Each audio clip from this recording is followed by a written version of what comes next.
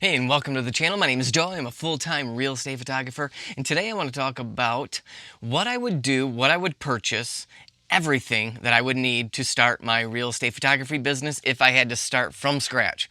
This is exactly everything that I use currently. I have used almost every camera brand that you can think of. I started on Nikon, I switched to Sony, I shot on Panasonic for a little bit, and now I'm on Olympus, and I shoot on this camera right here, the Olympus EM1 Mark II. Now, they have several new versions out there now. They have the EM1 Mark III. They have the new one, the OM1. The only difference between the Mark II and the Mark III is the Mark III has like better bird detection, and it has train and auto focus detection and stuff, and the eye detection is better at like greater distances. If you're shooting a subject, say at like 50 feet away, it just does better at picking up the eye. So totally irrelevant for real estate photography. This camera is awesome. Battery life is super good. It's compact, but it has a ton of features. If you love HDR, it does up to like 7 brackets at 2 or 3 stops. It has so many different options for that, and the video quality isn't actually that it isn't that bad. I wouldn't use it for like if you were a wedding filmmaker. It just the codec isn't that great. It doesn't have a true log format, but for shooting real estate, it would actually be great.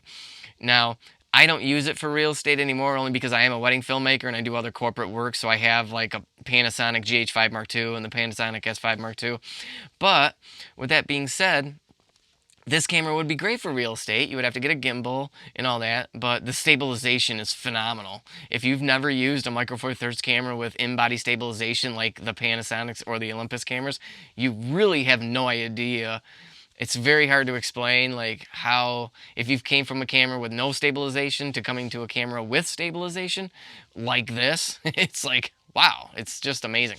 So that's actually what got me hooked on the GH5 originally, is the stabilization. I gotta see how good this is. So I bought a GH5 and I was like blown away.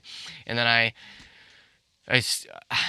really don't know how I got into the Olympus cameras, but I did a ton of research, and you're gonna love it. The flip out screen where it does the whole tilty deal like that. It's just that right here is huge for real estate, because you can just flip that out and tilt that screen up as you're looking down, and it's amazing. So, with all that being said, so I'm also going to talk about breaking down everything by price and where you can also find better deals. Because if you go on Amazon and try to buy this camera, now I will have affiliate links to all this stuff. Doesn't mean you should actually buy them, but you could go through here and read about the camera and do your own research, okay? But I am going to show you the exact same camera on eBay. Now look, this is $1,400. If you come over to eBay, look, you can pick it up open box, which is brand new basically, for 515 bucks. That is the camera that I would use, Micro Four Thirds. I've talked about it in other videos, why they're so amazing. Okay, and along with your camera, you're gonna need a lens. And the one that I recommend, that if you had to only buy one lens, or you could only afford one lens, I actually would recommend this Leiwa 7.5mm f2. And the reason for that is, instead of like, a zoom lens or something, is mainly because of the size and the f2 aperture. It goes down to f2. This is going to help you out tremendously, especially for video, and how simple this is to operate. Now, the copy that I have, I spin this focal ring all the way as far as it'll go in this direction next to the infinity sign, and literally everything is in focus. So I don't have to like fidget around and everything. I just know is when I get set up, I put it at 2.8 or f4. Usually I'm at f4 just so I know everything's going to be in super tack sharp. But that's the thing about Micro Four Thirds, is you could be at f2.8 and you're going to have the depth of field equivalency of f5.6 if you were on a full frame. But you get the same exposure value as if you were on f2.8 on a full frame. So just throwing that out there, make sure you understand the benefits of Micro Four Thirds, especially for real estate. It's awesome because you're going to want everything in focus, right? So this Leiwa 7.5 f2, super awesome lens. It's like the perfect focal length at 15mm full frame equivalents for like getting pretty much your smallest bathroom to a big open room where you're going to need to show the ceiling and everything, obviously it'll get the job done. I rarely switch out this lens to use any other lens. I really can't think of a time where you would actually need a different lens. So this will cover you on everything. The other thing you're going to need is a flash. Godox. You know what? I recommend just buy. You're not going to find a better deal on eBay unless you find it used. And something about like this, I would probably try to encourage you to just go new with this, because you never know. Unless you could totally trust the person, but sometimes people drop these and they get finicky and they don't work and then they just sell them. Not always the case, but if something that cheap, I would just buy it new. So, and the reason why I love the Godox V1, not to mention that it has a round head on it. It comes with a bunch of other attachments that you can buy, but it has the rechargeable battery, which comes with its own little charger. And this thing is huge, and it will last you probably a week of if you had a couple listings every day just using it. So super long battery life. It's awesome. You don't need to have separate batteries and all that, which we'll get to in a second. Why this actually might save you some money in the long run. So let's move on. Shoot through umbrella. The reason why I highly recommend this is because it's probably besides doing like a ceiling bounce, if you need to light the room evenly, doing a shoot through umbrella is amazing. If you can see, this is 33 inch, which will get you nice soft shadows or very, very minimal shadows, which is what you want when you're doing this. And look, it folds up into a 9.75 inch, less than 10 inches, and you can shove it in your camera bag. Let's see. Yeah. It's trifold, so it hinges on these. And now these, if we go and look at these little hinges will start to wear out over time, but not a big deal because it's only $16. I've purchased 3 of them in the last year and a half. So yeah, don't worry about it. The life expectancy is not great, but it really would last you a whole season, a whole summer. Okay, next, you're going to need a good tripod. And again, here is where I suggest shopping on eBay as opposed to Amazon for this particular one. But the Manfrotto 190X. This tripod, I've had it for like 4 years now, and I use it 3-4 times a day. I use it for my weddings. I use it for real estate, and it's just awesome. These legs just snap out. And if they ever get loose, they have this hex head here that it's all the same. You can just tighten them down and it's like brand new. The thing is bulletproof. The legs hinge way out. It's a nice and tall tripod also. But I'm going to show you the same one. Notice $360 on Amazon. Let's come over to eBay. Look at this. Actually, that's not it. Right here, 78 bucks, pre-owned. I would totally buy a used tripod. I wouldn't be worried about it. Just make sure make sure it is the correct one. Some of these are older, which I have a couple. Okay, that's a light stand, so you gotta be careful what you're looking for or what you're looking at. But yeah, here's one, 165 bucks. A lot better than brand new at 360. So see if you can type in, what is it, the 190X? I believe that's like their low of the high-end models. But yeah, I've had this tripod forever. I'm recommending it because it's amazing, and it's something that is like the foundation of your work. You're gonna need a good tripod. Don't waste your money on the cheap stuff. You'll end up spending more than $360 in the long run anyway. So remember, buy it nice, and you don't have to buy it twice. And I just made that up just now. But let's move on. What else do we need? We need a gear head. You don't need a gear head, but I'm telling you right now, I used to use like one of those ball heads, like it had like the pistol grip.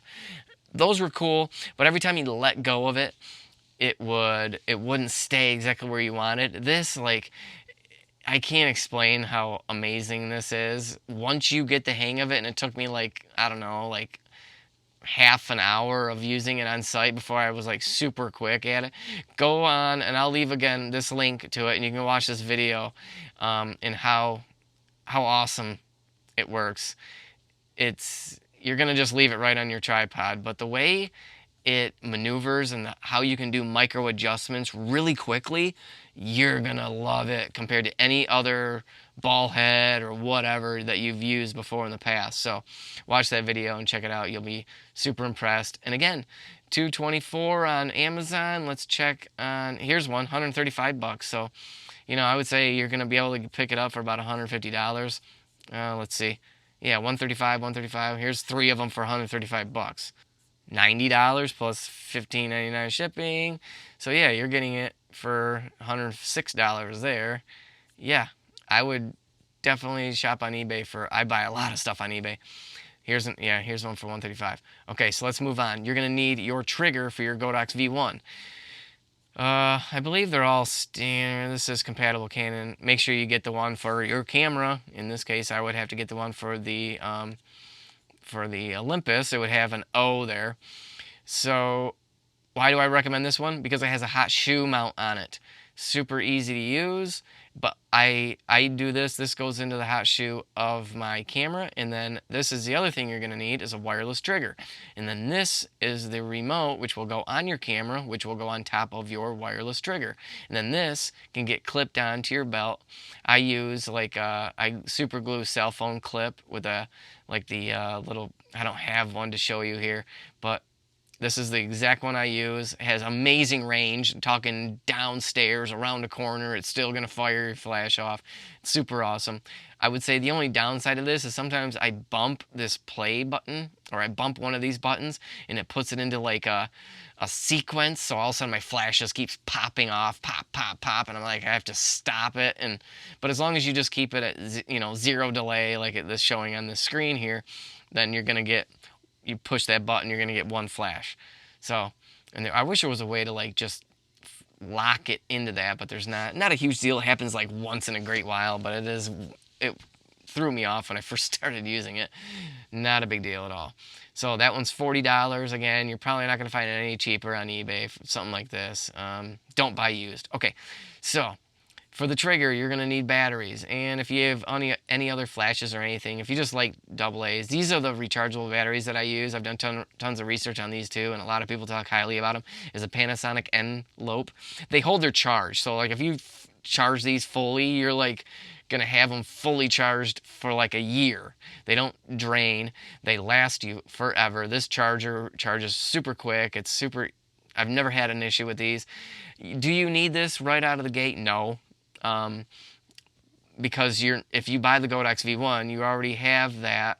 It has its own battery. You don't even need AA's. You're gonna need AAA's for your other one. So I'm just throwing out there as something else you could purchase if you need battery, if you need AA's or anything for to charge them. Now you're gonna need a case to put all this stuff in. I actually use the Godox Explorer 600 case, and you can buy them just the case. And the reason I love this, it has a shoulder strap, has this strap too. What else? Yeah, like that. But it has the compartments, and it's a hard case. So all your stuff it comes with all the organizers in it, and it fits more than you're gonna need in there. You can fit your umbrella, you can fit 2 cameras in there, all your flashes, if you had, all your extra stuff, filters, extra batteries, tools, whatever. I suggest looking at like what you're gonna need for your tripod, whatever tripod you get. If the legs start getting loose, make sure you have tools on hand. It's gonna save your life. So once everything has been totaled up, including your lens and camera, the umbrella, the tripod, the gear head, everything that you're going to need, batteries, yes or no, deduct $50-$60 off this total price, but you're all in for like $1,600, folks. You do a listing, an average shoot for $225. That's 8 listings. You're paid off in 4 days if you're doing 2 a day.